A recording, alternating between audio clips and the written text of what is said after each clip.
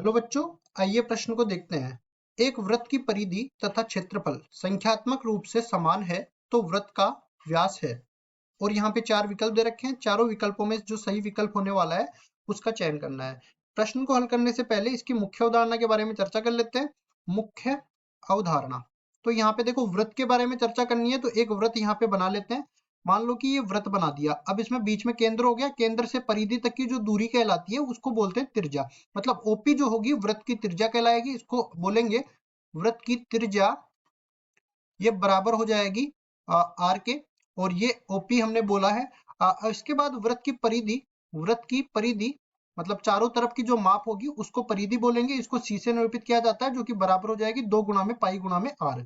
इसके बाद वृत्त का क्षेत्रफल जो चारों तरफ से घिरा हुआ है उस क्षेत्र को क्षेत्रफल बोलते हैं। इसे ए से निरूपित किया जाता है। इसका सूत्र होता है पाई आर स्क्वायर के बराबर।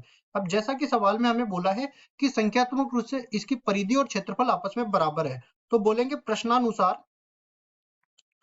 प्रश्नानुसार 2 पाई आर परिधि इसके क्षेत्रफल के बराबर है, पाई आर स्क्वायर के बराबर है। जहां पे हमें आर का मान निकालना है। आर का मान नहीं निकालना, हमें व्यास का मान निकालना है। तो यहाँ पे इस तरह से बोल देता हूं मैं, वृत्त का जो व्यास होता है डी से निरूपित इसे किया जाता है जो त्रिज्या का दुगुना होता है। अब देखिए यहां से अपने पास क्या बन जाएगा, जो कटने वाला है उसको काट देते हैं। पाई से अपने पास पाई कट गया।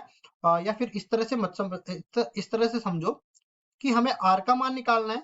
तो आर को एक तरफ रखेंगे, बाकी सबको दूसरी तरफ ले आएंगे। तो देखिए आर स्क्वायर बटा में आर और दूसरी तरफ अपने पास चला जाएगा 2 पाई बटा में पाई।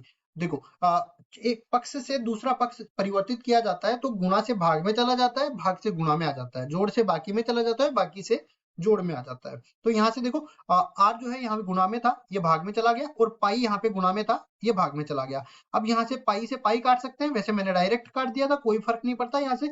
और आर से ये आर की एक घात काट सकते हैं तो आर बराबर अपने पास आ गया 2। और यहाँ पे देखो इकाई नहीं दे रखी तो यहाँ पे बोल देते हैं ये 2 इकाई के बराबर आ गया। अब इसके बाद देखिए हमें तो क्या निकालना है, इसका व्यास निकालना है। तो बोलेंगे व्यास डी बराबर में 2 आर के बराबर होता है तो डी बराबर में 2 गुणा में 2 मतलब कि 4 सेंटीमीटर के बराबर व्यास आ गया। अब विकल्प देख लेते हैं कौन से विकल्प में अपने को 4 सेंटीमीटर दे रखा है। तो विकल्प नंबर डी में हमें 4 सेंटीमीटर दे रखा है तो डी विकल्प बिल्कुल सही उत्तर हो जाएगा। आशा करता हूं ये सवाल आपको समझ में आया होगा। धन्यवाद।